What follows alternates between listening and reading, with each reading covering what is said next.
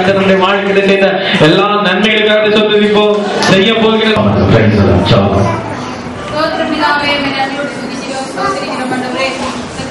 ஆசீர்வதிக்கப்பட்டதான் ஆண்டவரே ஸ்தோத்திரம். இந்த நல்ல மனமகிழ்ச்சி நாளுக்காக நன்றியோடு துதிக்கிறோம் ஸ்தோத்திரிக்கிறோம். கர்த்தாவே இந்த 11வது மாதத்தையும் நீர் காணும்படியா நீர் கிருபை செய்தபடியால் நன்றியோடு துதிக்கிறோம் ஸ்தோத்திரிக்கிறோம்.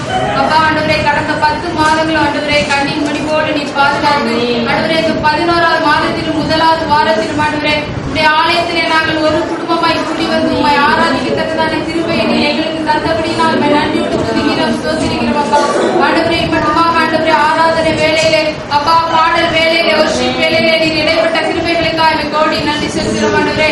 அப்பா மீதமுள்ள ஒவ்வொரு பகுதிகளின் கருத்திலே நாங்கள் அர்ப்பணிக்கிறோம் ஆண்டவரே. சங்கீத பகுதிகளுக்காக ஜெபிக்கிறோம். சங்கீத பகுதியை ஆசீர்வதித்து தருவீராக ஆண்டவரே. சாட்சி பகுதிக்காக ஜெபிக்கிறோம். ஜீவனில் ஒவ்வொரு சாட்சிகளே தேவன் தாமே சபையினருமே எழுதி தர வேண்டுமாறு கெஞ்சுகிறோம் ஆண்டவரே.